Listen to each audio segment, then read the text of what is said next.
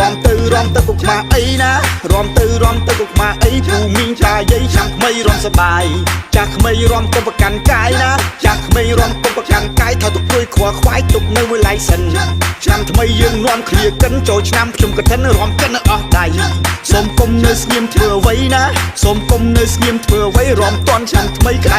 ហុយ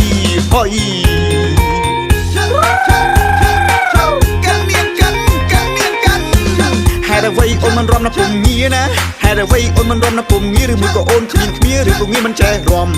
ឡើងមកសូមអូនកុំទ្រាំណាឡើងមកសូមបើអូនកុំទ្រាំថាបំនឹងបហាត់រំអូនចេះណាថ្លៃ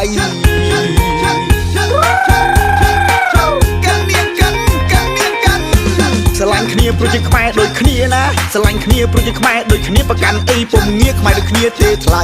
ចូលឆ្នាំហើយការ